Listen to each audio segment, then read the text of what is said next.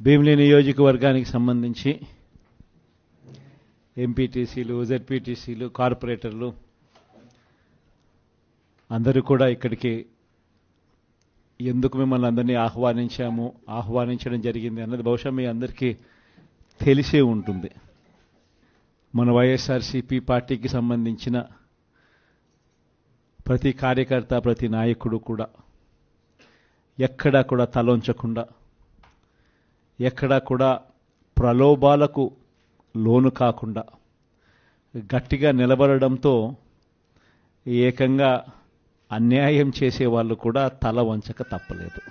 600 పైచిలుకు స్థానాలు మనకున్నప్పుడు, 200 పైచిలుకు స్థానాలు వాళ్లకున్నప్పుడు, వాళ్లకు మనకు మధ్య తేడా దాదాపుగా 380 పైచిలుకు స్థానాల్లో వాళ్లకు తేడా ఉన్నప్పుడు పోటీ పెట్టాలన్న ఆలోచన ముఖ్యమంత్రి స్థానంలో ఉన్న వ్యక్తికి రాకూడదు. ఎందుకనంటే పార్టీ జెండా మీద జరిగిన ఎన్నికలు, పార్టీ సింబల్ మీద జరిగిన ఎన్నికలు. అటువంటి చోట నీకు మెజారిటీ లేనప్పుడు నువ్వు పోటీ పెట్టాలి అని ఆలోచన చేస్తున్నావు అంటే దాని అర్థం ఏమిటి? ప్రలోభాలు పెట్టాలని, నీకున్న అధికారాన్ని దుర్వినియోగం చేయాలని, పోలీసులను వాడుకోవాలని, ఇటువంటి కార్యక్రమాలు ఏకంగా ముఖ్యమంత్రి స్థానంలో ఉన్న వ్యక్తి ప్రోత్సహించడం అన్నది అత్యంత దుర్మార్గమైన పని. కానీ చంద్రబాబు నైజం ఏమిటో మీ అందరికీ కూడా తెలిసిందా? ఆయనలో ధర్మం, న్యాయం అన్న పదాలకు ఆయనకు అర్థం తెలియవు. వైఎస్ఆర్సీపీ నాయకులు, వైఎస్ఆర్సీపీ కార్యకర్తలు తల ఒగ్గలేదు కాబట్టి, ప్రలోభాలకు లొంగలేదు కాబట్టి, ఇలా మనం తల ఒగ్గలేదు కాబట్టి, ప్రలోభాలకు మనం లొంగలేదు కాబట్టి చంద్రబాబు నాయుడు గారే తల ఒగ్గాల్సి వచ్చింది. న్యాయంకు, ధర్మానికి తన మెడలు వంచి ఈరోజు న్యాయం, ధర్మం నిలబడింది అని కూడా చెప్పగలుగుతాం. మన ప్రతి కార్యకర్త, మన ప్రతి నాయకుడు గర్వంగా ప్రజల దగ్గరికి పోగలుగుతాడు.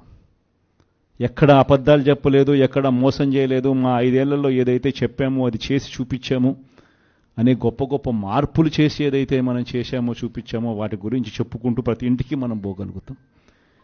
కానీ తెలుగుదేశం పార్టీ కార్యకర్త మరో 3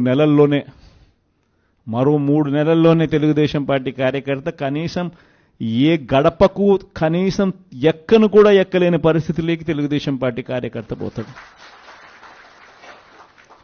ఎందుకనంటే ప్రతి ఇంట్లో నిలదీస్తారు.